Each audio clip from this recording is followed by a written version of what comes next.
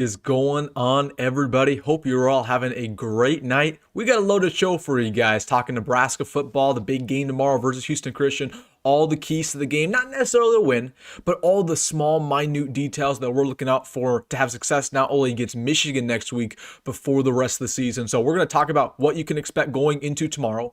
We're going to react to Tory Pittman's game that's live right now, Central versus Omaha North. We're going to watch that live, give you we'll watch it. We'll give you guys some instant reaction. We'll talk a little bit Q&A, just pretty much everything. Recruiting, I got a little bit of a recruiting nugget that I need to share with you guys and so much more. So let's just start off, everybody. Of course, roll call down below in the comment section. Let me know where you're tuning in from. Of course, hit that like button. Also, before we get into all of it, want to remind you guys that for the first time ever, we've never done this before on the channel.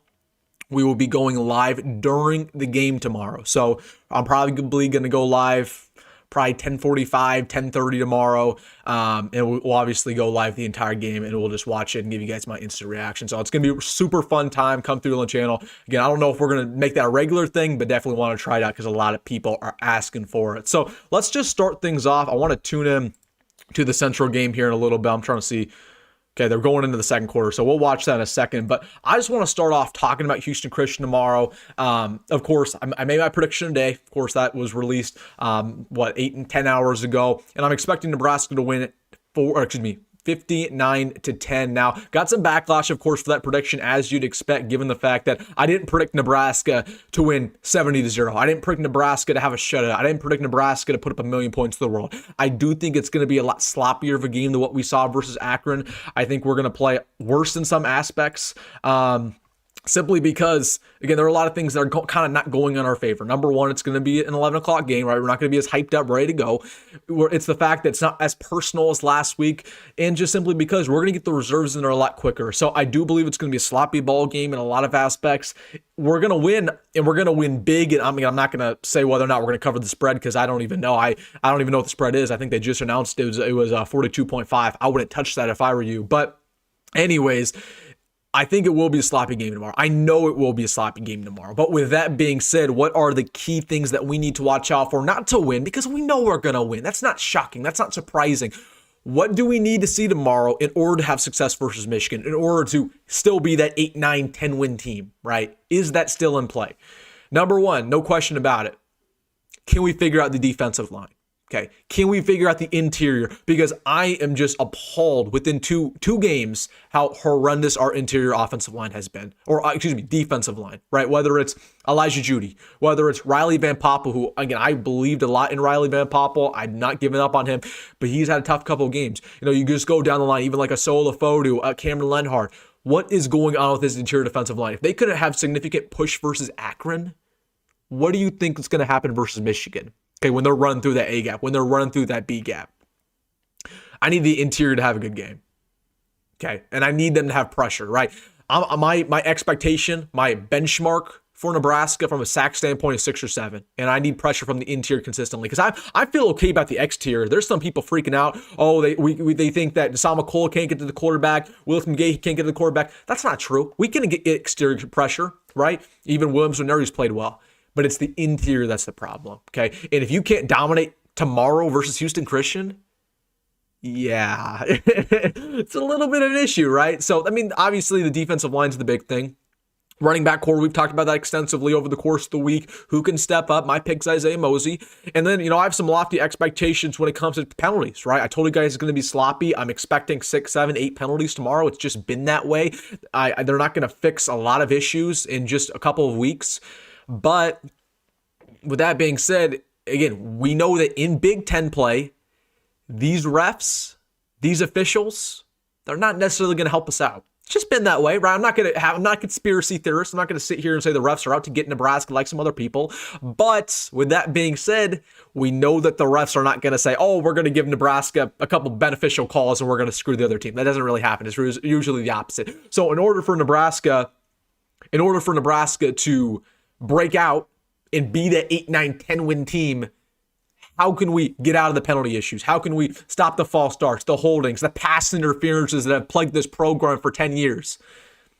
I don't know, right? But once again, it's the same thing I talked about with the running backs, and it's the same thing with the defensive line. If you can't fix the penalties versus Houston Christian of all schools, And if we're talking about that at the end of the day and we're concerned about it, again, what do you think is going to happen versus Michigan? I need domination in almost every single aspect tomorrow. I don't want to be concerned about anything.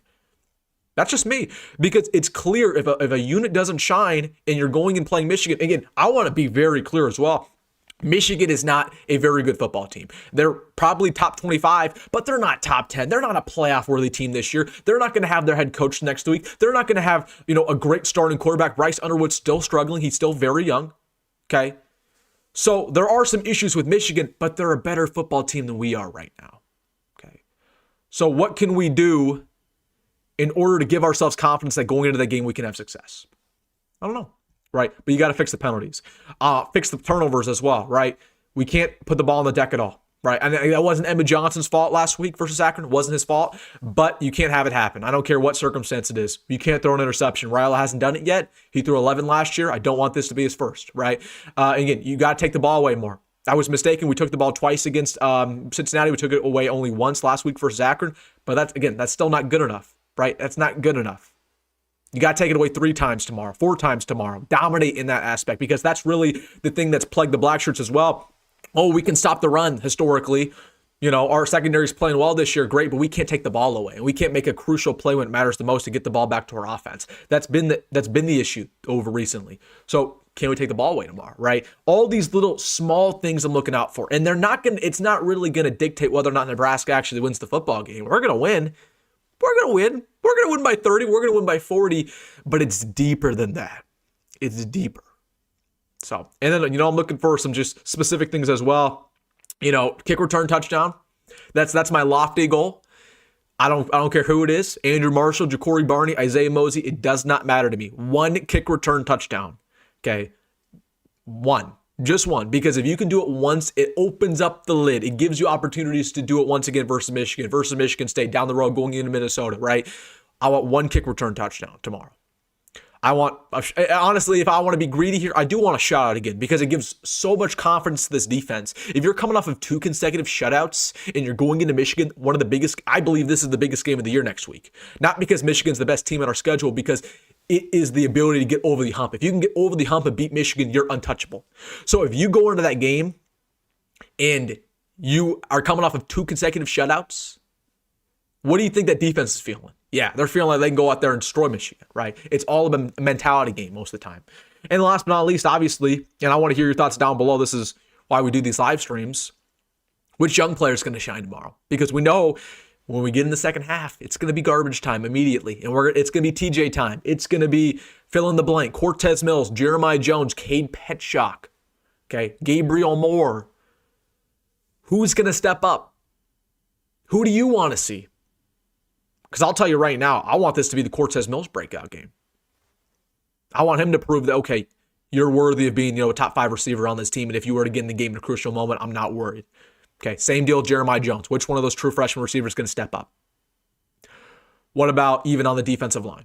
For Cade Petchock, can he replicate his performance? Okay, one performance is cool. You did it versus Akron. That's cool. Love that. Love that for you, Cade. You balled out against Akron. Love that. But Akron is not a good team. Akron's not a good team. That's the expectation. You need to go out there and dominate versus Akron. Houston Christian isn't very good either, but I need you to replicate that. So I want Cade to ball out. I'm looking at even some of these guys in the secondary. Malcolm Hartzog might not play tomorrow. That's great. Okay, let's give some other dudes opportunities. Whether that's a Larry Tarver, a Mario Buford, and Amari Sanders, and Jeremiah Charles. I can just go down the list. My big question is who's going to shine? I don't know. And I'm hoping TJ Lateef puts on a show. I was talking to TJ. I was talking to somebody close to TJ just yesterday on the phone. He said TJ's going to ball out tomorrow. So just take that for what it's worth. Somebody close to TJ, you can read in between the lines. So that's just kind of my preview, all the things I'm looking out for. I want to put this on the screen for you guys now. And we'll continue the conversation while we're doing this. But I want to watch some football with you guys. We have never done this before. Besides tomorrow. We'll do this tomorrow, obviously. But I want to react to some Omaha Central high school football. Okay, and I'll read the comment section while we do this. Well, we can talk back and forth. I'll just have this on the screen so you guys can watch. But the reason why I put this on your screen right now is because Tory Pittman's playing this ball game. Okay, watch out for number 3. And also Kaylon Hayes playing this ball game. So I'm intrigued to see what Mr. Tory Pittman's going to do. So I'll keep this on the screen for you guys. We can watch this while we talk, while we chat it up about whatever. Again, we can chat it up about the game tomorrow, the rest of the season, anything. anything. But we're gonna keep it. We're gonna keep it. We'll talk about whatever. So let's get into the comment section here. I want to see what you guys have to say. Should the D-line gain some weight, says Tribal Chief? I mean, yeah, absolutely. They should lose some weight, or excuse me, they should gain some weight. But I mean, what can you do? It's the middle of the season. You can't put on 10 pounds of muscle in 3 or 4 weeks, right? So clearly, for whatever reason, and you've heard this from multiple players on our defensive line, when Terry Breton got here, he commanded a lot of these guys to lose weight. And I don't understand why. I don't get it. Okay, Elijah Judy, he said lose weight. Rai Van Poppel had to lose some weight. Okay, you go down the line. Even a Cameron Lenhart had to lose some weight. Why? I don't have all the answers, but it's clear that our guys right now are undersized. So I don't know what Terry Breton was doing and why he was telling everybody you got to lose weight, but that was a horrific judgment, in my opinion. Again, I don't know the full story there. I don't know the full story. All right. Let's get in on this game. So this actually, I don't know if you guys, how familiar you guys are with high school football here. Again, Tory Pittman's at the top of your screen at that safety spot. We're number 3. I don't know how familiar you guys are with high school football in Nebraska, but Central's tough this year. Ooh. I say that as Omaha North scored a touchdown. All right, we're taking that off the screen. We're waiting until Tory gets on offense so we can ball out wide receiver. That's what I'm waiting to do. That's what I'm waiting to see. Wilson, are you going to watch the Crawford fight tomorrow? Yeah, probably will. That's where we're on 8-9. Yeah, I got Canelo on that one, though. I got Canelo, unfortunately. I want to dominate special teams tomorrow. Absolutely. I mean, again, we got to return one to the house tomorrow. No question about it, but you can't miss any kicks. And I told you guys today, I wouldn't mind if John Hole went out there. Just kicked a couple times, right? We feel great about Kyle Kinnanen. This is not a kicker battle. It's not going to be the rest of the season. But God forbid, if anything were to happen to Kyle Kinnanen, who's going to step up? So I would not mind if we see John Hole out there a couple times tomorrow. Would not mind that whatsoever. Do you think Michigan is going to be ranked next week? Says my man Jeffrey. Yeah, absolutely. Absolutely, they'll be ranked. Unless they somehow, I forgot who they have on the schedule this week, but they're not going to lose. So they're, 23 right now, 22 right now? Yeah, they'll stay ranked. No question about it.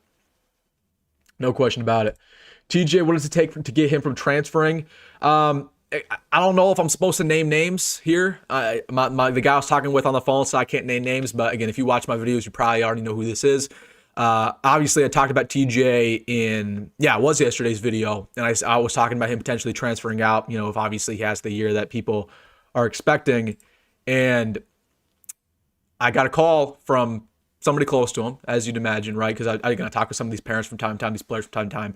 And he said that TJ is going to stay. No question about it, because TJ is somebody who just loves football. He's not in it for the money. He's not in it to play right away. He loves Nebraska. He loves the culture here. People forget, and I forgot this too, and I'm glad that the person I was talking to on the phone reminded me of this. People forget that this time last year, we didn't even think TJ was going to sign with Nebraska. Okay, we thought TJ was going to flip. We thought TJ was going to decommit because TJ was balling out. So we just figured out, why? Of course he's going to go and flip somewhere else. Why would he sit for 3 years? And he stayed. And he was loyal. So probably means he's going to stay again. So again, I thought that was some pretty good insight. But again, take that for what you will. TJ Lateef should be staying. But again, anything can happen. And I told that to the person too. Anything can happen. We know that. This guy says, are they 11 man? Yeah, this is the highest level of football in Nebraska high school ball. But yeah, they play 11. This is Class A. Yep, this is Class A. All right. So Tory Pittman, let's see where he is on the field. So again, trying to give you guys some perspective here. Quarterback is I forgot the quarterback name. But Kylan Hayes in the backfield wearing number 6. Tory Pittman, I believe. Where's number 3? I think he's up top. He's up top right now.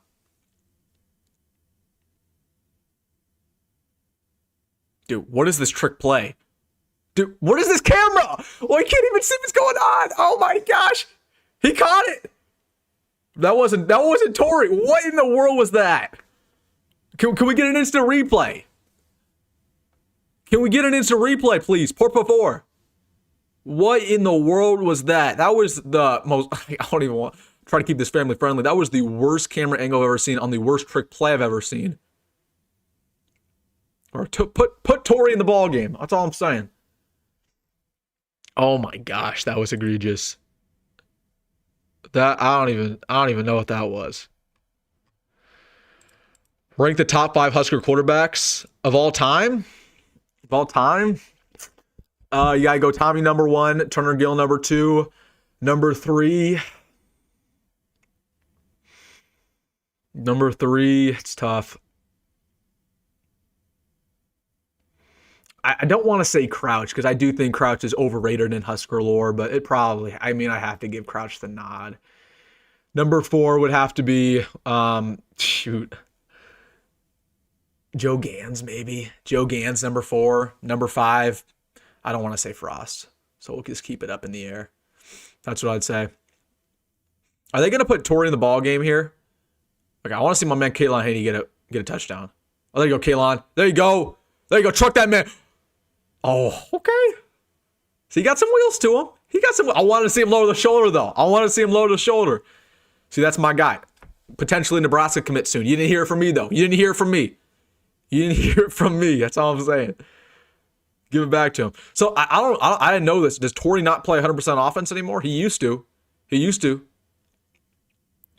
Tory used to play every single snap on offense. I don't know if they're only playing him like every now and then on offense.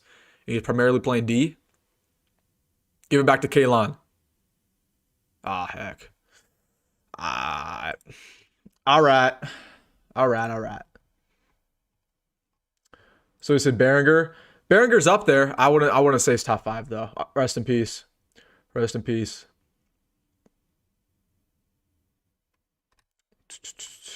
Do you think College Game Day will come to Lincoln for Week 4 versus Michigan? Absolutely not. No. I 100% no. We're just not good enough right now. We're not good enough. And Michigan, frankly, is not good enough. The fact that Michigan lost last week got rid of any opportunity of them coming here. So, no. Unfortunately, I wish they would.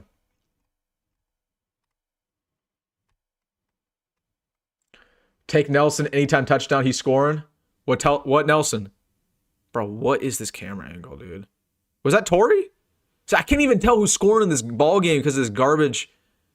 Dude, I don't think that's Tory. That's number 2. All right.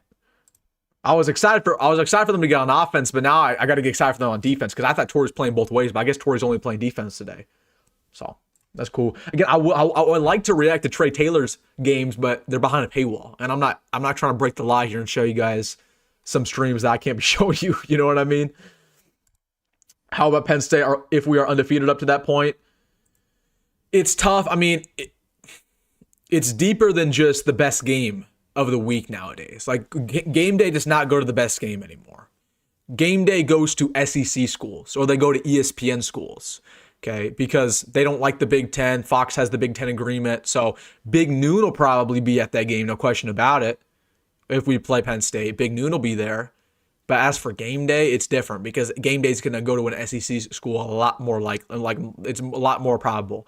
Unless it's very clear that this is the best game of the week. Like, unless Nebraska's number 2, Penn State's number 1. Like, that's pretty much the only way. So, that's the only way.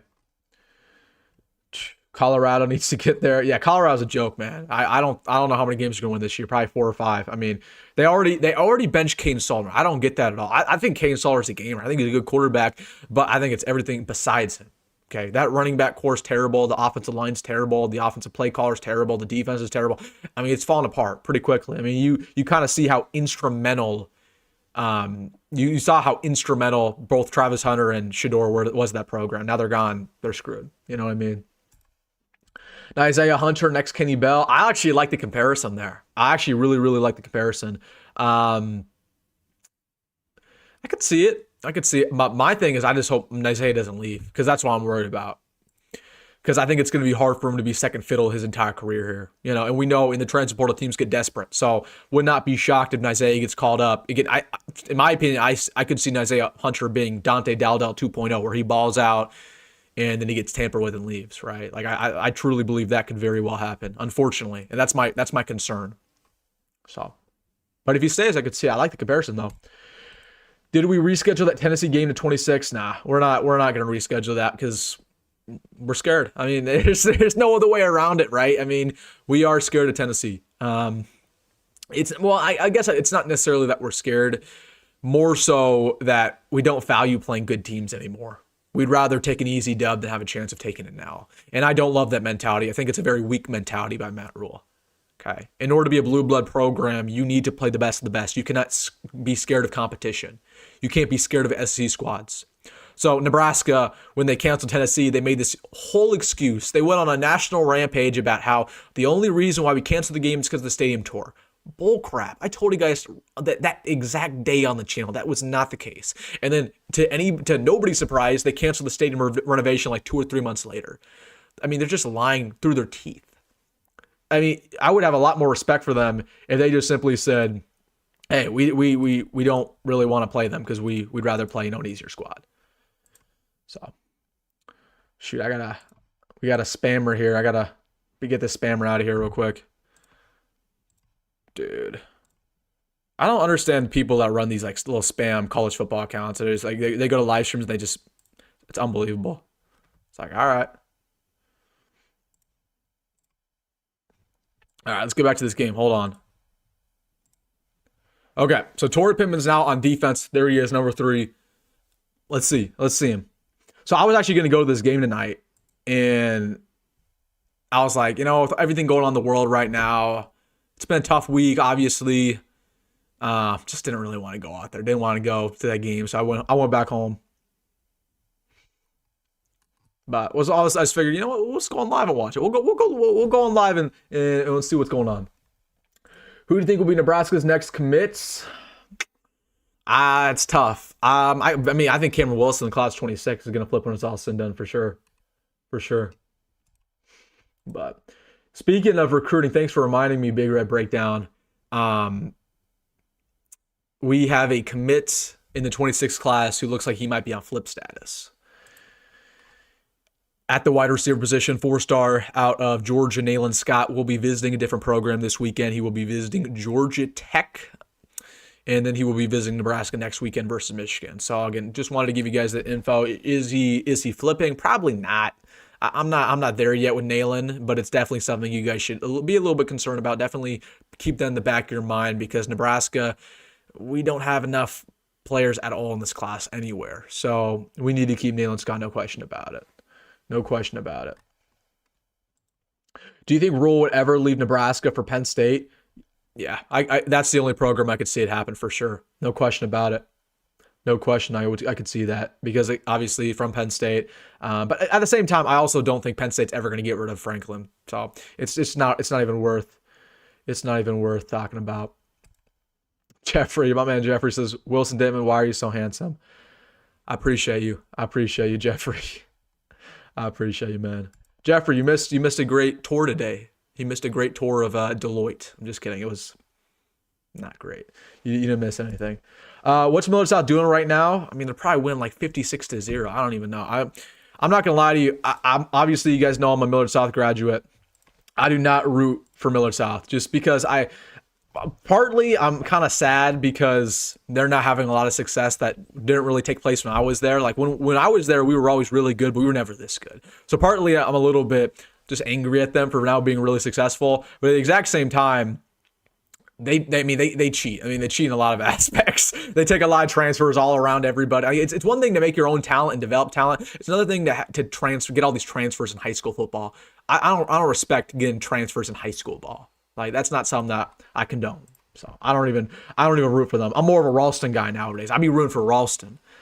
If you know anything about Ralston football, they're absolutely terrible. So again, I'm just too used to rooting for terrible teams. I root for us. In my life, we've never been good. I root for Washington, the NFL, and in my life, they've never been good besides last year, and they lost yesterday. So I'm used to rooting for terrible teams, I guess. Anyways, Kirk Herbstreit says. Kirk Herbstreit just wants to say hotty toddy 500 times a year. Yeah, I mean I don't even watch ESPN that much anymore. I never did to begin with. I never was a huge game day guy. They've been guzzling down the SEC my entire lifetime. So what's the purpose? What's the reasoning? I'm not gonna watch it. And also my main thing about College Game Day, I just don't think a lot of the people on College Game Day know ball. I think very few do. I think Kirk Herbstreit knows ball. I believe that. But Desmond Howard, is that really where we're going to get our information from? Are we really going to get our information from, Nick Saban? Do you think Nick Saban knows what's going on in Illinois right now? Do you think Nick Saban cares? He only cares about the SEC. Are we really going to get our information from Pat McAfee, who's more of an entertainer than, anything else. Now, again, it's great television, but I think gone are the days of those guys being necessarily college football experts. Like, I love Reese Davis, I love Kirk Herbstreit, but hey, man, I'm somebody who's a college football junkie, and I watch that TV show, and it makes me feel kind of stupid because they're like, I don't know. I truly believe they know what they're talking about when it comes to maybe the SEC and the Big Ten, but when you get to some of the inferior teams, that's where it really tests you if you know football. And they don't know what they're talking about when it comes to NC State or Wake Forest or Stanford or, Kansas State even. That's my take, though. Do you think Nebraska will beat USC in November if we lose to Michigan? Yeah, I do. Absolutely. Oh, come on, Kayla Haney. Yeah, I absolutely do think we're going to beat USC because I think it's a lot better of a game for us from a schematic standpoint, from an environment standpoint. We know it's going to be a blackout. It's going to be a night game. Obviously, it hasn't been released yet, but it's going to be a night game. So, yeah, I do believe we're going to beat USC, and I do think that's going to be our first ranked win of the season. Like, USC's looking really good, but the thing about them, they don't have as strong of a defense as Michigan. We can put up a lot more points on them. They don't have as strong of a running game. They do have a very strong running game, don't get me wrong, but it's not as strong as what you're getting with the Wolverines, and they're a lot worse on the road. So I think that USC game is a lot more favorable for us, win or loss, next week versus Michigan. No question about it. Jones, do you think we would play tough FCS and MAC teams in 26? Nah, it doesn't matter. It doesn't matter how tough they are. They're MAC teams. They're FCS teams, right? Like North Dakota almost beat K-State. Yeah, but K-State's terrible. Like, we will beat North Dakota by 40 or 50 points. Ohio is not very good. Rutgers is not good. Like, we're not playing the cream of the crop here. We can say, oh, these are sleeper teams, and you might be right. They might be sleeper teams, but they're still not a Power 4 squad. Like, they're going to give us a little bit of a challenge, sure, but going from scheduling Tennessee to Bowling Green, that says a lot. So, we should win. Texas Tech must have a lot of money. Maybe. I mean, they do. They do have a lot of money. They do. I know it's early, but what year has more hype, 26 or 27 class? No question about the 26 class or 27 class. I mean, the 26 class, it's not looking great. There's just not much they can fix with it at this point. Like, the reason why the 26 class is so terrible, and that's what it is. We don't have to sugarcoat it anymore. Like, it's a bad class. Objectively, the 26 class is bad. Okay. Not to sit here and act like, certain players in our class can't be good. That's not true. Not to act like development doesn't matter, because it does. But I'm also a huge believer that recruiting rankings matter. 4 stars matter. 5 stars matter. Okay. It all plays a factor. And there's a reason why every single year in the playoffs, the team with the most 5 stars always makes it the farthest, because talent matters and stars matter. Okay. Our class right now is not good. It doesn't have a lot of stars. There are multiple reasons why. I mean, the number one most pressing reason is simply because we haven't won enough football. It's very simple. Okay. And the number 2 reason is we fired everybody on our coaching staff because Matt Rhule made some pretty bad decisions when he was hired here, and hired, Marcus Satterfield, and hired Garrett McGuire and Bob Wager and all these guys who were pretty incompetent at their job, and we ended up having to fire them or remove them after 2 years. Okay, and then we had a bunch of guys leave too. So when you have all your coaching staff leave besides your head coach, it's going to kill your recruiting. And, last but not least, money, right? I mean, we're not like reckless with our money, and that's good and that's bad. But, in order to have good recruiting classes, sometimes you got to be reckless, and sometimes you got to be willing to spend. And Nebraska hasn't shown the ability to do that just yet, at least in the class of 26. They have shown the ability in the class of 27 to spend. So obviously, let's say we win 8-9 games this year, we can fix this class, right? But there's only so much you can fix. I've given up with having a top 20 class. That's not going to happen, right? Like, you can't go from where we are now, which is the 65th best class in America, to top 20 in a matter of 2 months before signing day. That's not going to happen. Okay? Well, you can still get a top 30 class, top 40 for sure, yeah, but top 20, that's out of the window. Okay? You just got to salvage as much of this class as possible, get as much talent at the very end, and then move on to 27. And 27 is going to be that big class. That's going to be the cornerstone class. That's going to be the class that could change Nebraska football forever, where you already have Trey Taylor. You already have Tory Pittman. You could get a 5-star running back. You could get 5-star offensive lineman. You are going to literally get 30 commits in general in that class. So, might as well load up right now. So, that's my conversation there around the 26 class, for sure. For sure. When was your graduation year? I graduated high school in 24. So, just about over a year ago at this point. Yep. How's Tory looking this game? I mean, he hasn't been on the field too much. He's there at the right-hand side of your screen right now. He hasn't been playing. He's not playing on offense anymore, I guess. I guess they're not letting him play. What's your score prediction for Michigan game? Jeffrey, you know I can't tell you that. That's content, my man. That's content. Week from today, I'll tell you.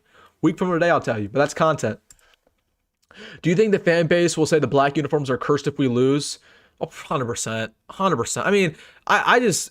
And I've had this discussion with you guys before. I mean, I think a lot of the fan base, they're so traditionalist to a fault. I mean, they don't want to change things. Like, what were the all reds tomorrow? And you'll see a lot of groaning and complaining. And it's not that deep. None of it's that deep. This is a sport at the end of the day, guys. This is a team that we follow. And yes, there are certain uniforms that look better than others. Absolutely. But I'm also a believer that we should have fun from time to time and change things up. You know, doesn't mean we're going to wear all reds every single game. Doesn't mean we're going to wear blacks consistently, but might as well do it for one time. But yeah, I mean, if we do lose in the blacks, people will say it's cursed. I mean, we did lose. I believe we wore the blacks in both 2019 and 2020. We lost both times we wore them. Whether it was, we won versus Penn State when we wore them, but we lost against Indiana. So they're already kind of cursed according to the fan base. So, Wilson, do you think Terry Brandon was a good hire because our defensive line sucks? I mean, I want to really choose my words carefully here because it's only been 2 games. It's only been 1 off season. But to say that I'm not disappointed would be not doing it justice. Okay, I'm incredibly disappointed. The defensive line's not good. The interior's not good. He made clearly, and I'm not somebody to tell you if he's making a bad decision or not, but it looks like he made a bad decision by telling all his defensive linemen to lose weight. And he's not a great recruiter. It's been proven already. You look at the class of, we can get rid of the class of 26. It was too late for him to do well in the class of 26. We were setting up to fail because he got here in February. But even in the class of 27, it's not like we're having a lot of success on the D-line. We're having success everywhere else. But we're not getting 5-star defensive linemen visiting every weekend like we are at offensive line wide receiver. So again, I understand he's only been here for a short amount of time, but you should have played that into consideration when you hired him. You can't have a positional coach that refuses to get any commits on the defensive line. And if he's not doing a good job, you have to address that and help him. And they did that by hiring Anthony Johnson, which is awesome. But you need John Butler to maybe step in and start helping with the defensive line recruiting. Because it's clear that they tried very hard to land some top guys, whether it was a Valansoni or a Titan Davis or a Mekhi Blade or a Hunter Higgins, you go down the line. But the main reason why they missed out on those players, not because of money, not because of playing time, because of connections. And they didn't have a strong relationship with Terry because he's only getting there and he's only learned how to recruit for the first time. So that's what I'd say. Wilson, what is your favorite college mascot and why? Not naming the Corn Husker, not naming Herbie Husker. I mean, I like the Cal Bears, the Golden Bears. That's what I'd say. I like Cal. That's kind of my second team. I just root for them for fun. I have no affiliation with them. I just kind of root for them just because why not? Ryan Papa's going to get at least 8 sacks this season. David, I think that's a little bit nuts. I think it's a little bit nuts. 8 sacks. Ooh. All right, they're going to halftime 14-14. We're going to get that off the screen. All right. Yeah, I think that's nuts. that's pretty wild. How much do you like the current coaching staff? I mean, it's solid, right? I mean, I love Matt Rule, love Dana, love JB, but I mean, you get to some of the positional coaches, there's some issues there, right? I mean, EJ Barthel, like that's somebody the coaching staff, or not, I shouldn't say coaching staff, the fan base, they're very hard on EJ Barthel, and I think that's warranted. He's done a questionable job, right, in his 3 years here. Donnie Raiola, there's some questions around him. Terry, there's some questions around him. But, I mean, from a coordinator standpoint and head coach standpoint, I think we're set up perfectly fine to have as much success as this town is willing to give us, right? Bro Moment says, yeah, I mean, he got here a little bit late. That's fair, but we still don't have a single commit. Yeah, I don't. Again, it's a relationship thing more than anything else. It's a relationship thing. So, again, the coaching staff, they should have played that into consideration when they hired him. I don't know. Raiola Prod says, can you give Brandon a shout out? Brandon, shout out to you. Shout out to you, my man. Shout out to you. All right, keep putting stuff in the comment section. We'll talk about anything. We'll talk about anything tonight. I have nothing really planned. I mean, obviously, usually on Friday nights, we're talking about the game, right? We're talking about the big game and everything going on. But with it being Houston Christian, like, come on, we know what's going to happen tomorrow. It's going to be a butt kicking. So we're just going to talk about whatever. Whatever people want to talk about. Doesn't even have to be about Nebraska. It can be about NFL. It can be about life. Doesn't matter. Do you think Hunter will transfer? I was talking about that a little bit earlier. I mean, he's one of those guys definitely have my eyes out for, because it's going to be tough for him to play second fiddle his entire career. And it's tough for him to get paid less than Barney, because you know that Barney's will always get paid more than him. Okay. So who says that at the end of this year, maybe a UCLA calls him up and say, hey, return home to California. We're going to pay you such and such amount of dollars. Who says that he's going to say no to that, right? To be their number one. Or is he going to stay here and take number two money and be number two? Okay, a lot of receivers don't have the maturity to do that. So I love Nyziah, and I think he's been playing very well, but at the exact same time, you gotta be prepared for anything nowadays in college football. Okay, there's no such thing as a safe bet. There's no such thing as, it's guaranteed he'll be here next year because he loves Nebraska. That's not a guarantee. Nothing's a guarantee. Anybody can leave at any time. Okay, I mean, who are the best players on this team right now? Dylan Raiola, he almost didn't come here. Emmett Johnson, he very well almost left here in the transfer portal. Jacory Barney, he definitely had some interest. He was getting tampered with. You already know. They gave him a hefty pay raise. Who are the other best players on this roster? All those guys are tampered with. Okay, so tampering is part of the game. Players are transferring out part of the game. You got to be ready for it to get these guys back. Okay, and I think Matt Rhule's actually done a really good job at that. So I'd say that. Houston, Colorado, almost halftime. Oh, you're right. I forgot that game was going on, man. I forgot about that. Hold on. Let me check the scores from right now. Let me check the scores. Holy crap. I'm not surprised. I'm not surprised, but that's crazy, man. 66-0.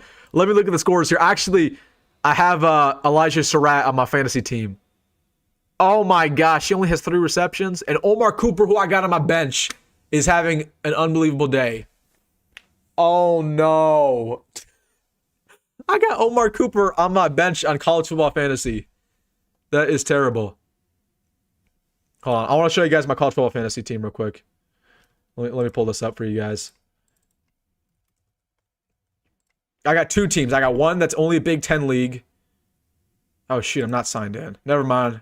I don't know my password. I can't get in here. It's only on my phone, I guess. So I wish I could show you guys my team. Anyways, Indiana's up. Syracuse is whooping butt. I don't like to see that. I want Syracuse to win 4 or 5 games this year so we can flip Cam Wilson and Javion Cooper. Colorado, Houston, classic. So did Colorado end up starting that other quarterback? Yeah, Ryan Staub. He's terrible. I mean, they don't have a quarterback on the roster. We know Juju Lewis is terrible. That's not shocking to anybody. Yeah. I mean, they don't got anybody. Except for Mario Miller, Nebraska football legend. If you know, you know. He should have been here. If you know, you know. K-State, Arizona, battle of terrible, dare I say. Arizona should win that by multiple scores. And honestly, like, the best game of the night might be the nightcap at 9 o'clock. New Mexico versus UCLA. Because UCLA is terrible. UCLA is garbage. In New Mexico, they put up a good fight versus Michigan. I could very well see New Mexico win that ball game very easily. So that's actually interesting. What are they? Oh, let me look at the games tomorrow. I need to refresh my mind. I'm not gonna lie with you guys. There's been so much going on this week in the world. I have not been focused on college football, so I gotta lock in. I gotta lock in on tomorrow because I don't even know the games tomorrow. I gotta lock in. Okay, Oregon Northwestern. That's a joke. That's a complete joke. I don't even know why that's on. I don't even know why that's on Big New Kickoff. Okay, Clemson, Georgia Tech. That's actually a sneaky good game.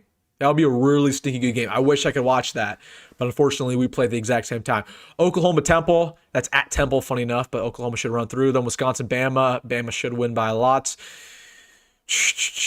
I mean, any sneaky good games here going to the 2:30 time slot. Obviously Georgia Tennessee will be a good one. Oregon State Texas Tech's kind of fun, but yeah, Texas Tech should run through them. Okay, the 2:30 time slot kind of sucks. Ooh, South Florida, Miami on the CW. The greatest CW game in the history of ever. I can't wait for that. That'll be a great one. If South Florida wins that game, that might be the best part that we've seen. That might be the best thing we've seen in college football in a very long time. A very long time. All right, let's look at the nightcap. Florida LSU, I don't even know who to root for. I want both those programs to. Again, I always think of things through a recruiting lens. Like we're battling Florida for CJ, and we're battling LSU for Ahmad Hudson and Albert Simeon. I want both those schools to lose, but if I had to pick, I'm definitely rooting for LSU. Texas A&M Notre Dame. Yeah, give me the Irish pretty easily. Give me the Irish pretty easily in that one. Minnesota Cal, that is a fun pack after dark game. Give me Cal, dude. Have you guys seen Cal's 5-star true freshman quarterback? That's tough. He's tough, dude. Yeah, they got some talent over there at Cal. They're just coached really poorly every single year. So honestly, not a terrible week of football. It's not as bad. Usually week 3 is like awful because teams are getting ready for conference play, so they schedule a terrible team. But this week honestly isn't awful. I mean, there's some competitive ball games in there. Hold on, let me look at next week real quick. Ooh, Iowa Rutgers. That'll be kind of fun to watch though on a Friday night, getting ready for our game. That'll be kind of fun. All right, let's get back in the comment section here.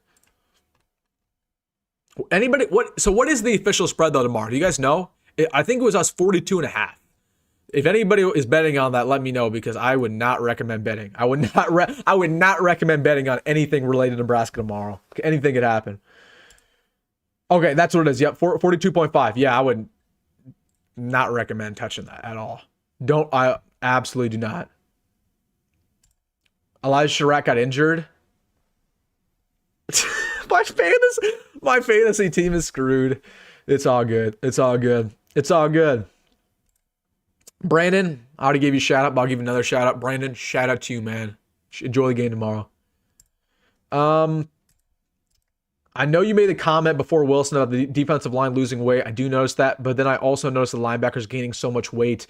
It's not really, I mean, yeah, the linebackers probably did gain weight, but again, they have a different positional coach. But I don't think the linebackers gain too much weight. Like, the reason why our linebackers are slow is because, simply put, our linebackers are slow. Marquez Watson-Trent is a slow player.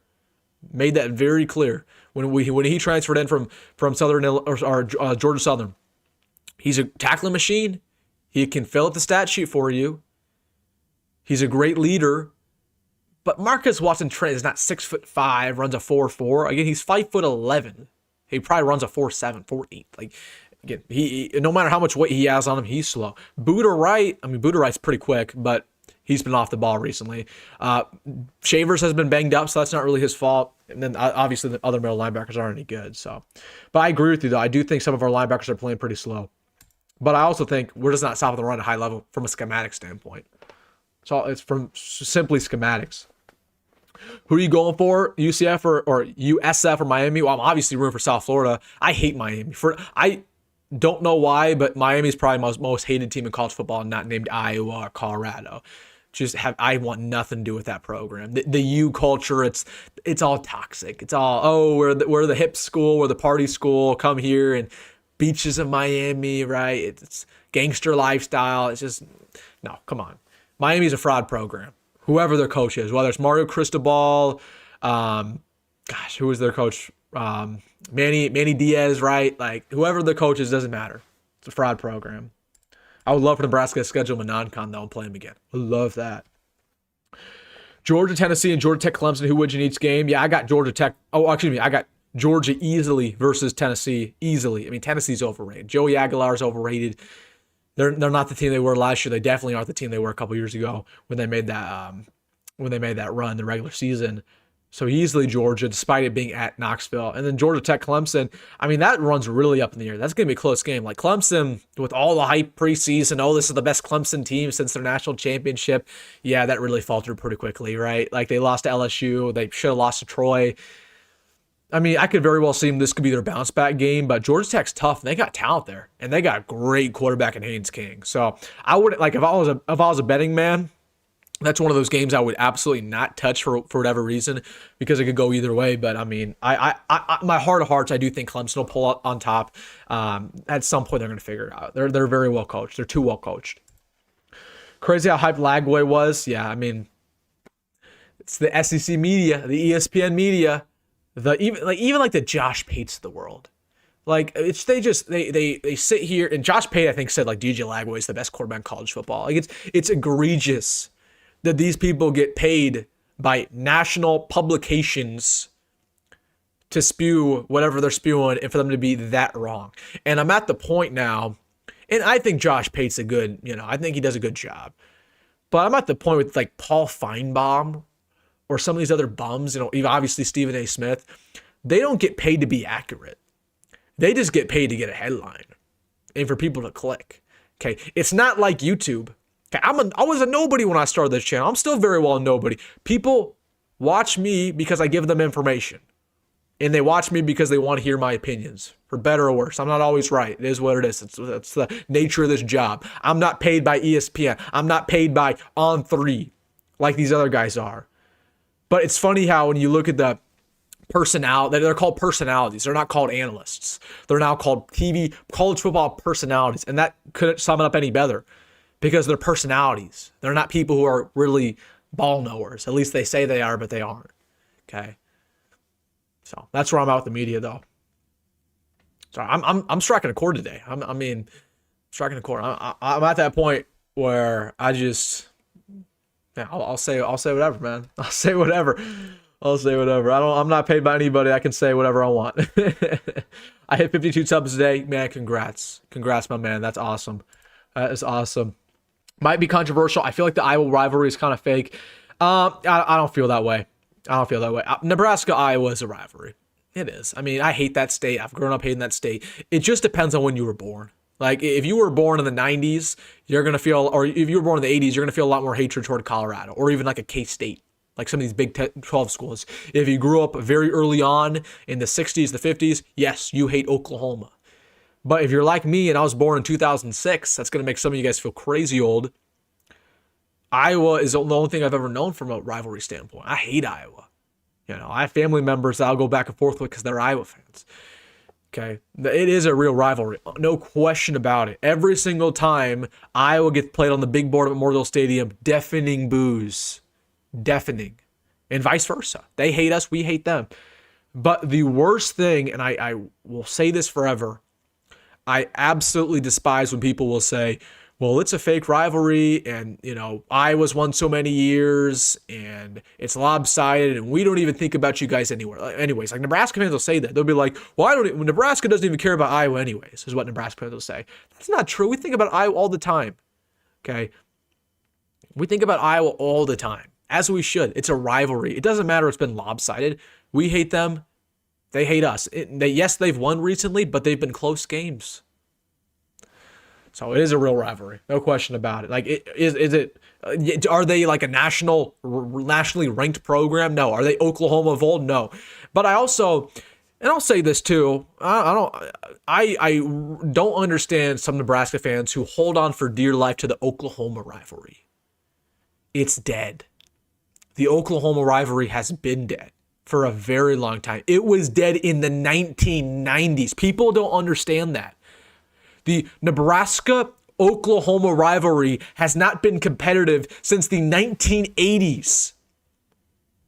And yet every time we talk about scheduling a new team, I make videos and I'm like, oh, we should schedule Colorado or we should schedule, K-State. People will say, well, we need to bring the Oklahoma rivalry back. It's proud of tradition and it's built on respect. You might not be wrong. Oklahoma, they respect us. Absolutely, they do. But at the exact same time, the rivalry's it's been dead. It was dead when we were still in the Big 8. It was definitely dead when we were in the Big 12. Okay. In the 90s, Oklahoma was not a competitive program.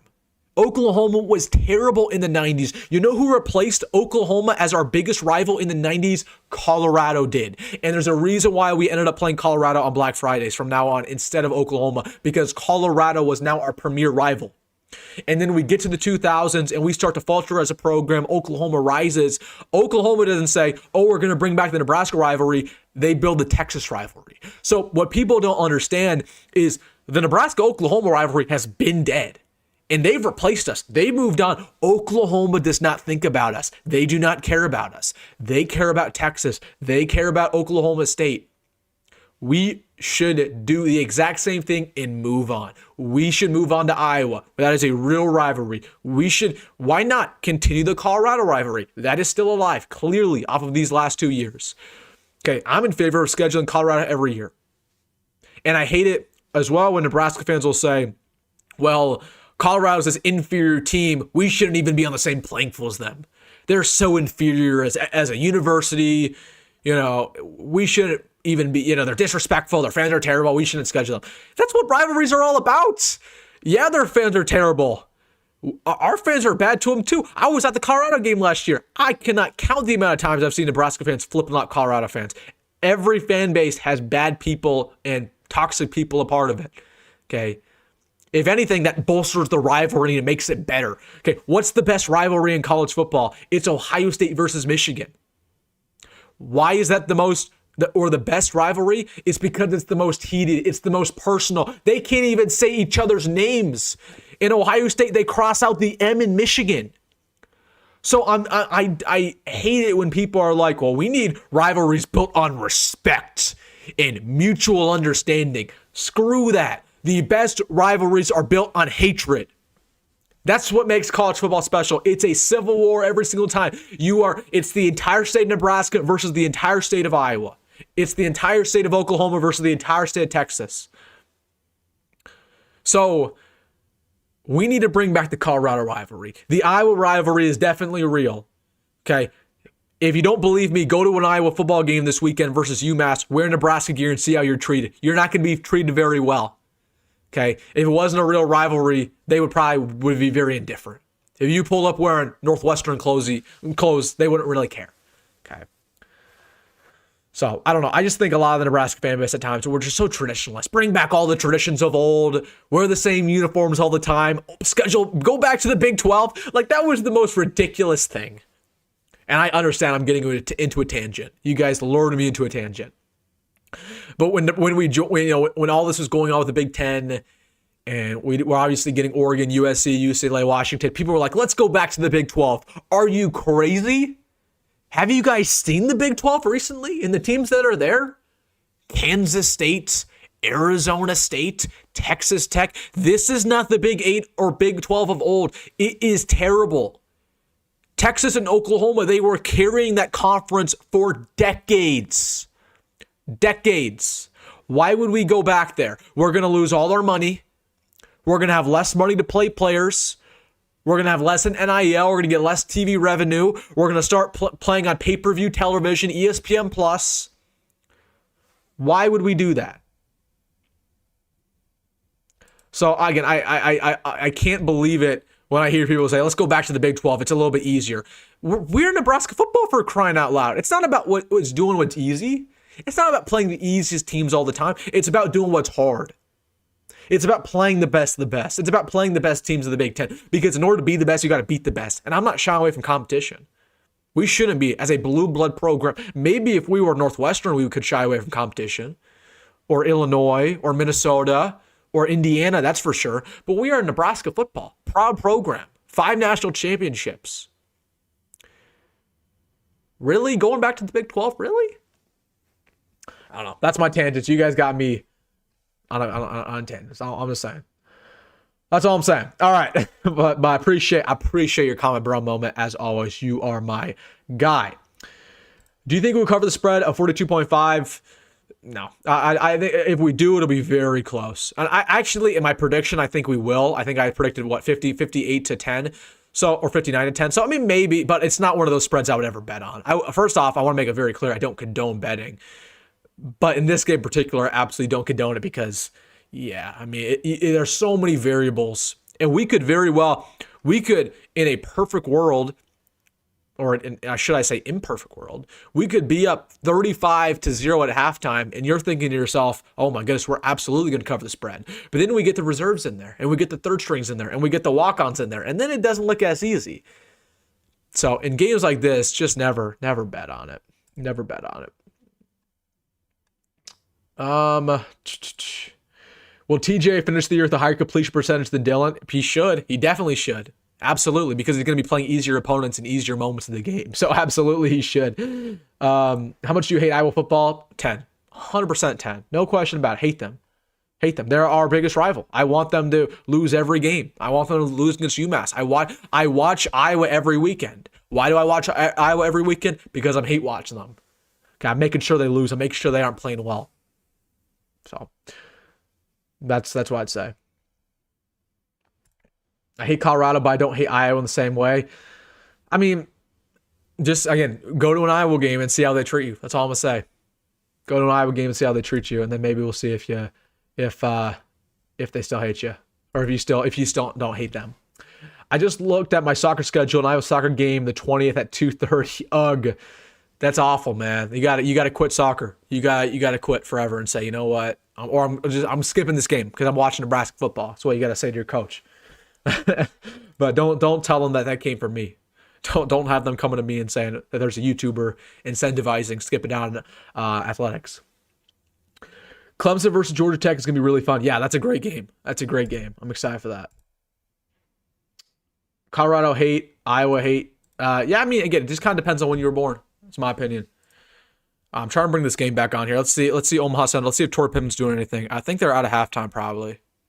Oh, here we go. They're just starting. All right, I'm going to put this back on here. Okay, who's on offense? Hold on. Okay, Tory Pittman's there on the left-hand side of the screen. Man, I wish he was playing offense. So, again, guys, reminder, tomorrow we will be live on the channel during the game. Be here. It's going to be a fun time. Chopping it up, instant reaction, all that type of stuff. So, again, be here for that. I'm excited for it, for sure. All right, Tory, make a play. Make a play, young buck. All right.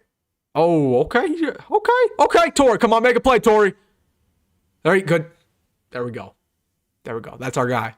Great tackle. Great cut tackle. Tackling like an Akron defender. Tackling like a Cincinnati defender, if you know what I mean. I like it. I like it when we do it. I don't like when people do it against us. That's all I'm going to say. That's all I'm going to say there. Iowa has always been a rival. Has it been a rival, the border state rivalry? Exactly. We've hated Iowa before we were in the Big Ten. We hated Iowa when we played them with Eric Crouch. Like, it's always been a rivalry. So, yeah, I've always hated Iowa. Always. And granted, I grew up when we were in the Big Ten, so I always hated them for a good reason. But I think people, like, my grandpa always hated Iowa. My grandpa is 82 years of age. My grandpa has always disliked Iowa, and he's grown up in the Big 12, in the Big 8. You know what I mean? My dad always grew up hating Iowa, or I shouldn't say hate, but obviously disliking Iowa. So again, not to say they were our biggest rival back in the day, because they weren't. But come on, like, to say it's not a rivalry, I think it's not right. That's not right. Can you shout out the Nebraska fan base in Maryland? Shout out to the Nebraska fan base in Maryland. Kudos to you guys. For a moment, you are correct that there are a lot of Nebraska fans in Maryland, because I remember I go to D.C. I try to go to D.C. a lot, but I was in D.C. for the first time in my life in 2018. I'm a huge Redskins fan, so you guys know. Redskins, Commanders, I don't care. We're politically incorrect here on the channel. Anyways, I was watching Redskins Giants in 2018, and my dad, and that was the exact same day or the day before Nebraska played Creighton in basketball, and there was like a Nebraska bar there in the middle of DC, and there was a bunch of Nebraska fans in that bar. Like, it's crazy. I mean, there are Nebraska fans everywhere. So, yeah, I love Maryland though. There are a lot of Nebraska fans in Maryland. I love that area though. Love the area. A lot of connections to that area. I'm gonna try to go there a lot. I met my man Eddie. I met my man Eddie down there in DC last January. So hopefully I can see him there again this January. My dad played for Nebraska and hated Iowa, Oklahoma to his dying day. Exactly right. Like again, it's not only because we're in the Big Ten. It's because of again about that border war, right? It's personal. It's always been personal. Oh, come on, Tory. Come on, oh my! Are they gonna call Pat PI on him? No. Give us the instant replay. That was a terrible call. That was a bang play by Tory, man. Come on, Tory. Whip it up, Tory. Gas it up, Tory. Give us that instant replay. I love this. Man, this is cool. This is a cool broadcast. That was a great play. These refs. What can I say? We're used to that, though. We know that's Nebraska fans. That ain't shocking to anybody here. Which away game do you think will have the most fans? Nebraska fans? I'd say Minnesota. I mean, it's tough. Minnesota will pack that place, though. Probably UCLA. UCLA will have a bunch. There's a lot of West Coast Huskers, and also I think just a lot of Nebraska fans will want to travel for that game. So probably UCLA. Are you an Ohio State fan or Michigan fan when they play? Michigan, every year. I've rooted for Michigan my entire life. Because, my entire life, Ohio State always won. And for whatever reason, I always root for the underdog in everything. So I've just always rooted for Michigan. The same reason I root for Army. Like, I'm a big Army guy over Army Navy because when I was growing up, Army always lost. So I was waiting for Army to finally win. So I used to live in Maryland. I met so many Nebraska fans. Yeah, Maryland, Virginia, DMV. Man, DMV stand up. A lot of Nebraska fans there. Love it. I love the area. A lot of people don't love that area, but I love that area. I love that town. I love DC. DC is a city full of history. It's a beautiful city. It's a lot cleaner than what it was recently. It's a very clean city, at least as of recent. They fixed a lot of the crime issues there too. So I love DC, and I think every person should visit DC at least once in their life to see the capital. But it's a unique city, right? It's built very weird because obviously, as you know, in big towns, in center of downtown, all the highest buildings, all the skyscrapers. But the way that DC's built, it's all government buildings in DC. Okay, because there are rules against building skyscrapers. Oh my goodness, touchdown Omaha North. That's ridiculous. So anyways, all the skyscrapers in the DMV are in Virginia or in Maryland, in Arlington or whatnot. Right. So I think it's just a very interesting city. I'm a nerd in that way. So California has a ton of Nebraska fans. They do. Again, Nebraska fans are everywhere. They're everywhere, man. Florida has a lot of Nebraska fans too. I hate Michigan, but I love seeing Michigan beat Ohio State. Agreed. Again, I hate Michigan. I don't like Michigan. I want to make that very clear. But Ohio State I hate Ohio State. Always have. They are a cheating program. History of cheating. History of, I should say, I want to choose my words here very, very lightly. Pedestrian head coaches that I don't respect. I don't respect Ryan Day. I definitely don't respect Urban Meyer. Some people do, but I don't. Definitely don't respect Jim Tressel. So they have a bunch of cheating head coaches who are not great people off the field, in my opinion. That's just my opinion. No, and I don't like their fan base. I think their like everyone back in the day would be like, "Oh, Nebraska, Ohio State fans are a huge alliance." No, we're not. We're not even. It's not even comparable. It's not even comparable. And Ohio State fans treat us like crap. They treat us like we're the troll under the bridge. Michigan fans at least give us a little bit of decency.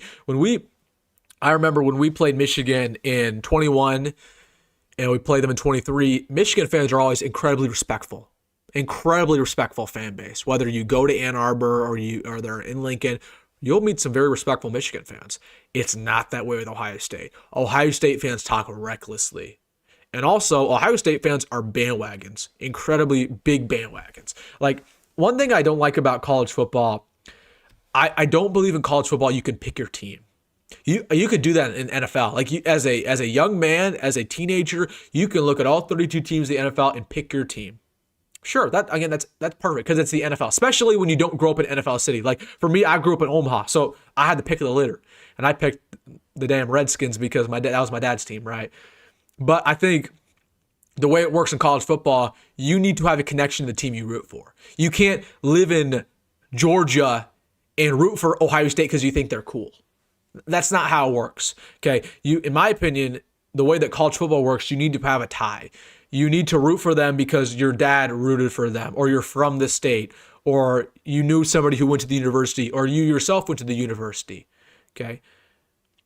But it's the people who are like, well, I'm from, whatever state and I root for Nebraska just because I root for, or not Nebraska, but like whatever, like Alabama. Like those are like, what? Like that makes no sense. Makes no sense. I don't know. That's my opinion. I'm sure I'll get backlash there. Feel free. Can you give us a minute of play-by-play color commentary for this game? Well, first thing, I'm retired. I used to be a play-by-play commentator, and I'm retired. I'll give you some, you know what? But tomorrow, I will give you play-by-play. If you come to the stream tomorrow, Mooney Mason, I will give you play-by-play because we will be live during the game, Nebraska versus Houston Christian. I'll give you play-by-play then, but I will tell you this. I don't know enough players on the team for neither Central or Omaha North to do play-by-play. I know like 3 players on both teams max.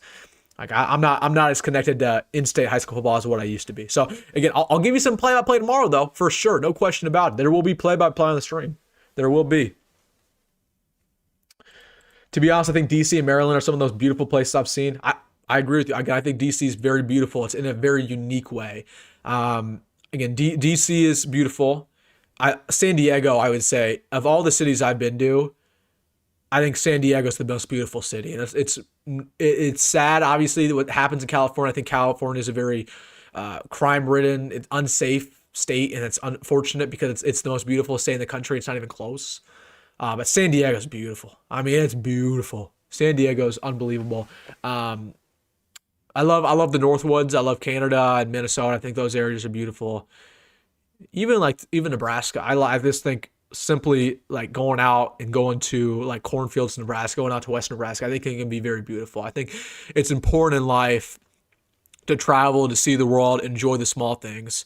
Don't live in your box and live in the same city all the time and refuse to go out and see everything. I want to go and see the world. I've never left the United States, right? I've been all over the United States. I've been to California multiple times. I've been to Florida multiple times. I've been to the East Coast multiple times. I've been up north multiple times, but I've never left the United States. Like I need to change that for sure. I need to get my passport. So the tough thing is though, when you do YouTube for I shouldn't say for a living, but when you do YouTube, right, and you're committed to do this every single day, it makes things a lot harder, right? It makes things hard to travel, and you're always thinking about the next YouTube video, and yeah, it's all tough with school though. I'll give it that, dude. There's just so many, hold on. There are so many bots. These bots in the comment section. All right, we'll get back here. What stats on Demitrius Bell? I think he'll be redshirted this year for sure. He should be redshirted. I think Nebraska should have beat them last year. I don't know who you're referring to. I got Michigan 6-6. Ooh, come on, 6-6 here. No, they'll lose to Ohio State this year probably, but they should beat every other team. I mean, they'll probably go. I think 9-3 is very fair for them. I think again they'll probably beat us. They'll beat Michigan State, no question about it. Washington's a good game, but they should beat Washington. They're playing at home there. USC will be tough. I mean, I could see 9-3 or 10-2. They're a good team, and they'll get a lot better as the year progresses. The reason why they're struggling right now is because they have a 5-star quarterback who's played no football. So, Kansas State or K-State, I like KU better. I definitely like KU better for football. For basketball, it's a different story. I can't stand KU for basketball. Are going to the USC game? Yeah, I should be there. Yep. San Diego, LA. Yeah, no question about it. It's a lot more beautiful. Lot more beautiful of a city. I mean, LA has its nice parts. I think, I've been around LA multiple times. I've been to LA 2 or 3 times, and I think Anaheim's a very beautiful part. You kind of got to search for it, right? But I love the drive. I went to San Diego with my family 2 years ago, and that drive from LA, and you're going by the ocean. You're going from LA to San Diego. You're going south. Most beautiful drive I've ever been on. So it's unfortunate the way California's ran because it's not very safe, and I would never raise a family there. I'll tell you that, and that's not political. That's just me being real. That's me being real. Like there's a lot of people who are from California. It's a beautiful state, but I would never raise a family there because it's unsafe for a lot of people, for children, for women, all that. So why are they playing a Coke ad? This is a high school broadcast, and they are playing a Coke ad on my screen. That's pretty crazy, man. That's crazy. They better be getting paid. Will you study abroad? I was thinking about it. I'm lucky that through my university we get a lot of opportunities to go abroad, specifically to Europe. But again, it's just tough with the channel. Like that's really what it is. That's what it boils down to me. Like I have committed my life to the channel, a large part of it. It is a huge part of my life, a huge part. I mean, there are hours a day spent thinking of ideas, recording ideas, editing, making thumbnails. And if I were to go abroad, I would definitely have to change that, right? Probably wouldn't be daily anymore, right? I wouldn't be able to do breaking news anymore. So if I'm going to Europe, I'm going to be a different time zone. So things are going to happen when I'm sleeping, right? So I mean, I thought about it, but we'll see. And again, I don't know how long I'll do daily content on the channel either, because at the end of the day, I'm getting more busy. Like life's heating up for me, and I love this job, and I love bringing you guys daily content, and I'll do it as long as I possibly can. But I'm telling you guys, like there are times now, like now it's fun, but like in February, my gosh, it's tough, right? Or March, it's tough. There are reasons why the other Nebraska YouTubers quit for 6 months or 7 months, and I'm not blaming them at all. It's tough to do this. But it's just a big time commitment. So, but again, it's very nice from a monetary standpoint. I'm blessed. Like this is my job. There are so many college kids who would die to have my platform, let alone the money, right? And I don't do it for the money at all. I want to make that very clear. But YouTube is incredibly generous. Like I'm making a nice dollar, right, to do this, and I don't do it for the money. But it's certainly nice, it's certainly nice. Every single YouTuber you watch, the money's nice, right? You go down the list of Nebraska YouTubers, all of them do it, right? So it's been nice. So if I were to go abroad, I'd be sacrificing that, or at least a part of it. So this is a lot of it. Holy, are they gonna bring this back to the crib? Oh, all right. There we go. Anyways, that's my thing there. But if I were to go abroad, I would love to go to Czechoslovakia. No, it's not Czechoslovakia anymore, but I'm gonna call it that. Germany, I love that. Australia, I've heard good things about Australia. One of my friends went to Australia last semester. I love Europe. I really, honestly, I want to see Eastern Europe. And I know that's a hot take, but I want to see that kind of stuff because I think it's interesting from a historical standpoint to see kind of the Soviet, where the Soviets used to be and the communist bloc and all that. Do you know if the U.S. team is a night game or midday game? It's gonna be a night game. It's going to be a night game for sure. Would you rather get Ahmad Hudson or lose Tory Pittman and Trey Taylor? Absolutely the latter. I'd rather keep those two. Dude, Central, what are we doing, Central? What are we doing, Tory? Yeah, I'd much rather keep those two players than get Ahmad Hudson. Ahmad's a good player, but I'd rather have a 5-star quarterback than a 5-star tight end, if you know what I mean. Nope. Josh is coming back from a date. Nope, I'm not. But I thought it was fitting today. That was fitting to dress up a little bit. Just for whatever reason. 6 months, 7 months are we clip farming? No, we are not. We are not clip farming. You know that. We're not clip farming. Nope. Dude, Central, I can't believe it. Central's kind of my team now with Tory and Kaahaaina-Torres. They're playing terrible. It is what it is. Anybody got the Nebraska volleyball score? I gotta look that up real quick, dude. I have a tweet that's going. It's kind of viral right now.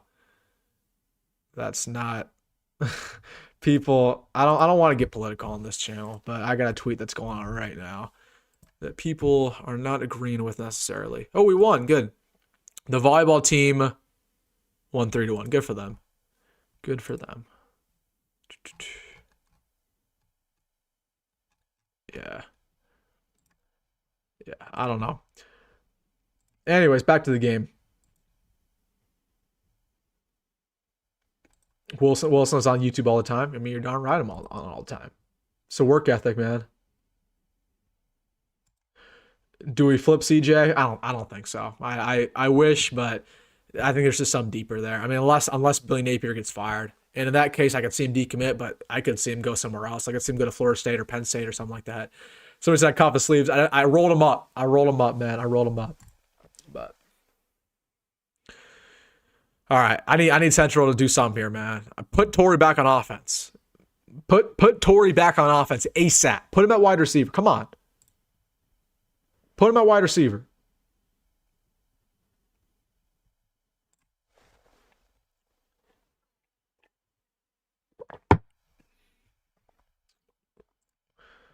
Biggest concern with the Michigan game, stopping the run. It's as simple as that. We can't stop the run. We couldn't even stop the run that well versus Akron. So, I mean, if we can't stop the run versus Michigan, the game's already over. There's just no way we win. I mean, it's very simple. Number two, I mean, we got to also have a pass rush. I mean, this entire defensive line is just it's incompetent in a lot of aspects. So, defensive line to stand up. I feel very comfortable with us on offense. I know we can do what it takes on offense to get it done, but very well on defense. I don't feel that way. Besides Harper, who's your favorite volleyball player? I'm not a Harper guy, man. I'm just not at all. Definitely not after today. Definitely not a Harper guy. And again, I get it. I get it. People make mistakes, and everybody makes mistakes. I make mistakes. We're all imperfect people. We're all sinners. But people need to have common decency. Common decency, respect, empathy. Common empathy. You know? Why is that so lacked in society nowadays? A lack of just simple empathy for other human beings. I don't understand why she has that mindset. You know, and it makes me really sad. It really does, you know. Not to get political on the channel. This isn't anything. It's not related to politics. None of this is related to politics at all. But I don't understand why people are so far away from common morality. People have no morals anymore. For whatever reason. I have my opinions. I think part of it's just people aren't raised the right way anymore. People don't have a great father figure. I think it's important for father figures to be in the household.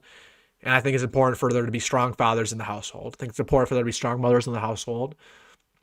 I think it's important for men to have opinions and to be masculine and to speak their mind about things. And when you start getting emasculine men who speak with their emotions, that's when you get weak men who don't have morality. And when you let emotions start to get in the way of a lot of things, you get rid of a lot of your empathy. You detach from society and you start to dehumanize other people. And that's what happens nowadays in society, especially through the internet. Like, I understand this as a YouTuber. You know what I mean? People will, you know, give me some stuff in the comment section, right? Like they'll give me some stuff and they'll say, Wilson, this, that, and the third, you're this idiot kid. You know, I get these hate comments. And I tried my best to wish these people well. But it's not just that. It's people think that they can say whatever they want, you know? So it's crazy. It's crazy.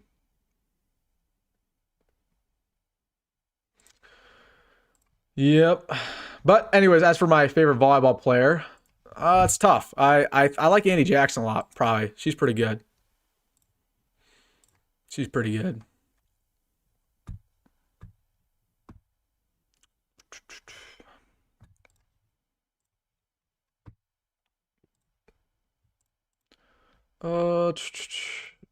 Sorry about that. I don't want to get political. I'm not trying to get political. I'm not trying to talk. Because I told you guys this channel is supposed to be an escape from things, right? But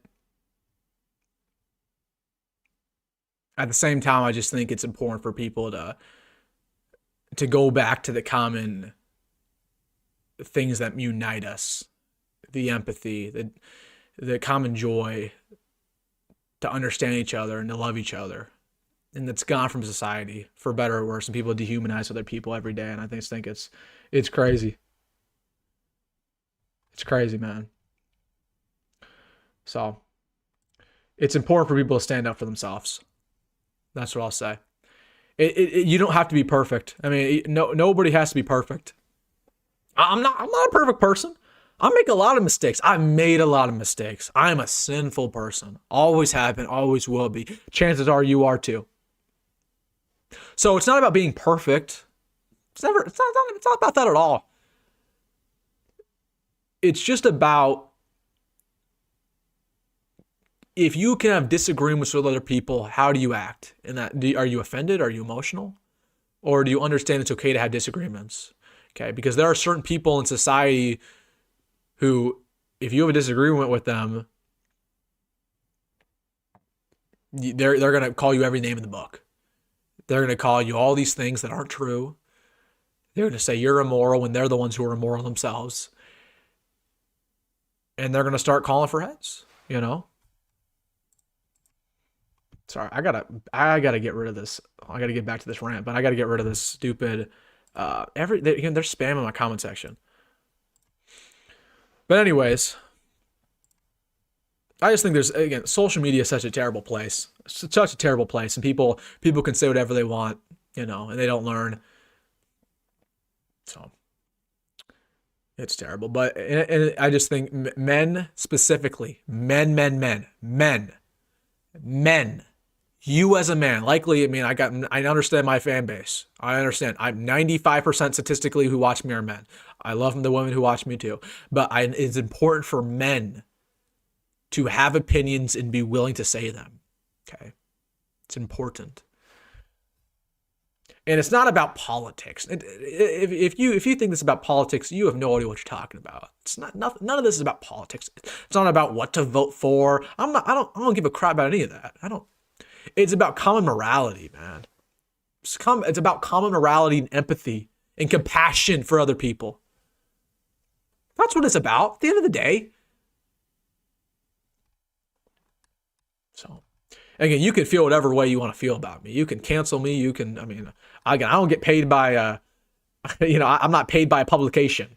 You know, the Omaha, whatever newspaper Omaha World Herald, they can't fire me or whatever, right? Because I'm not on their payroll, so I can say what I want to say. And I'm not trying to make this political. I'm not trying to make this religious, but I think it's important for people to have their opinions, and I think it's important for us to stand up against what's evil. I mean, if that's what it is, it's good versus evil. And it's about, standing up for your family, for your faith, for what you believe in, for yourself.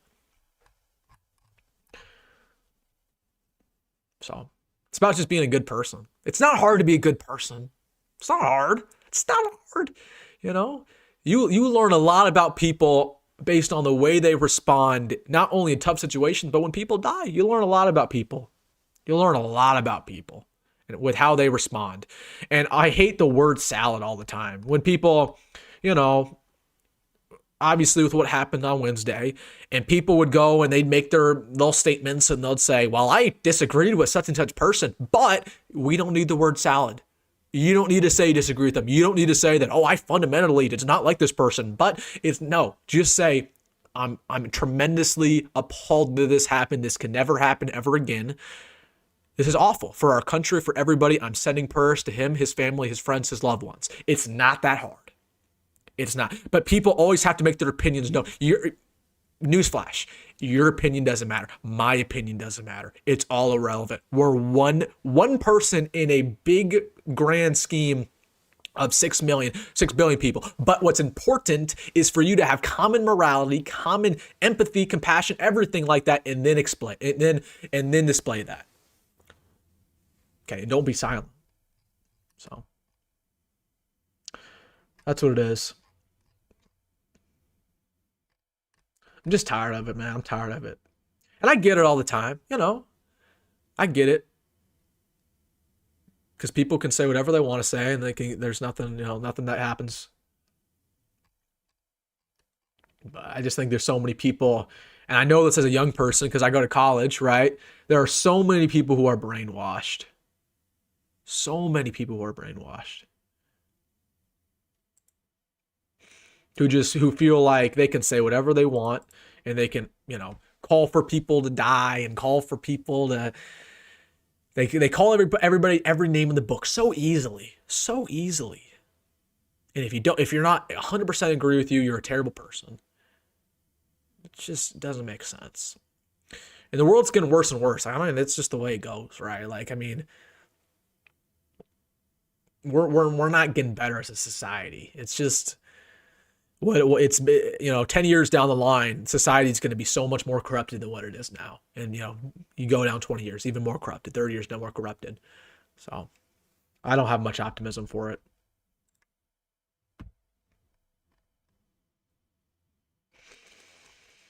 But life goes on, right? Life goes on. And what you need to focus on in your life is making the most of it.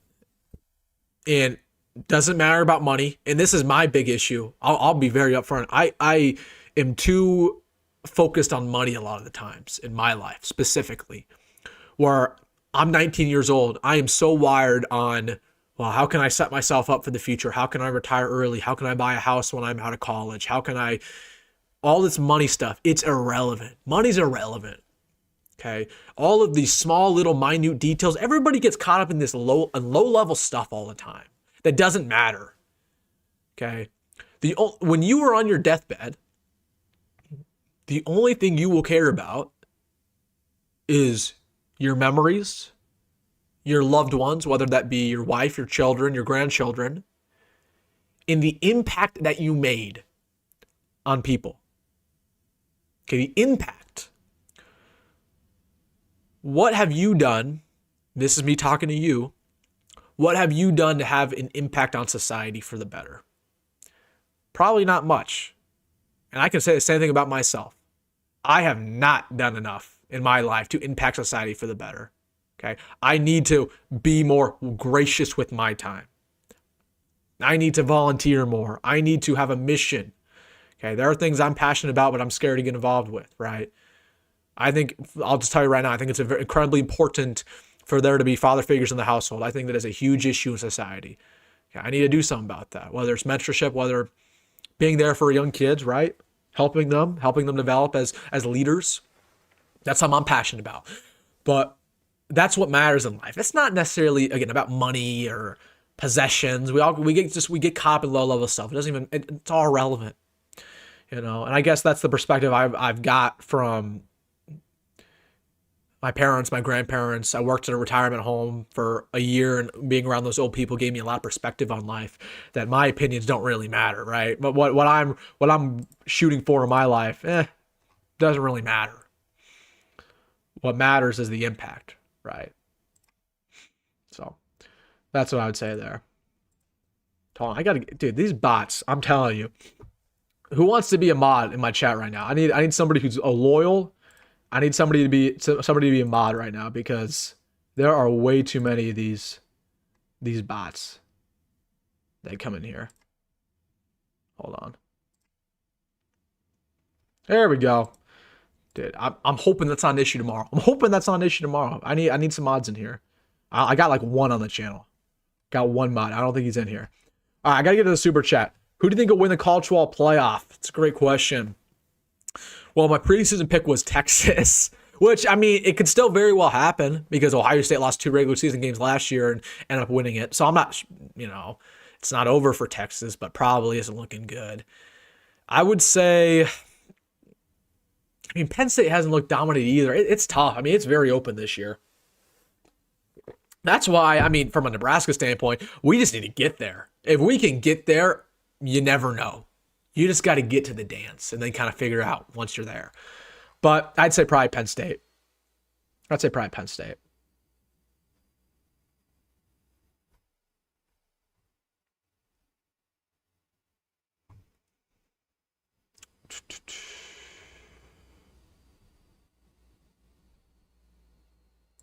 Addison Williams at the Omaha Central game. Yeah, that's cool, man. I was hoping Roll was going to be there because, again, I was about to go to the game and I decided against it last second. So I was hoping Rule would be there, but I get it because we got a game tomorrow, right? He doesn't want to be at high school game like 12 hours before an actual real game. With your live tomorrow, will you show the game too? I will not. So what's going to happen tomorrow? What's going to happen tomorrow is it's going to be like a scoreboard. Like it'll basically just be, I'll show you what it's going to look like actually. Okay. So this is kind of the setup I have. It doesn't look right now. Hold on. I'll show you what it's going to look like. Let me pull it up real quick. Let me pull it up what it's supposed to look like. So this is what tomorrow is going to look like. There we go. So this is what it's going to look like, where basically it'll just be me talking. The scoreboard will be down below. What quarter it is, what time it is, what score it is will be down below. And then there'll be the comment section right here, and then we'll just do that. Because I cannot show you the game because that's not how copyright works. I can't show you the game or else my channel's gonna get banned. Like I wish I could. I wish I could show you the game, but no, I cannot do that because it will get banned to the shadow realm, as you guys know, as you guys should know. So I cannot, unfortunately. I wish I could though. It'd be cool.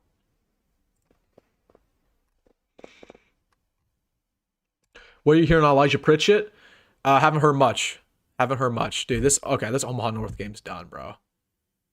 Dude, that's unfortunate for Central. That's unfortunate. I'm not hearing anything on Pritchett recently, despite the fact that he's right now third on the depth chart. He's a third stringer. So, again, he's just had a lot of off-the-field issues. I'm not sure what happened last week. I reported on the channel, and I heard this from a very, very much a trusted source, that he was suspended for the game. So I'm not sure if he was suspended for the first half, because I know he didn't play in the first half a single snap. He might have only been suspended for the first half. That might have been the case. But he ended up playing last week. But again, he's had some off-the-field stuff. So he needs to figure it out. It's just Micah Mazuka 2.0. I really have no patience for it anymore. I've talked about it ad nauseum.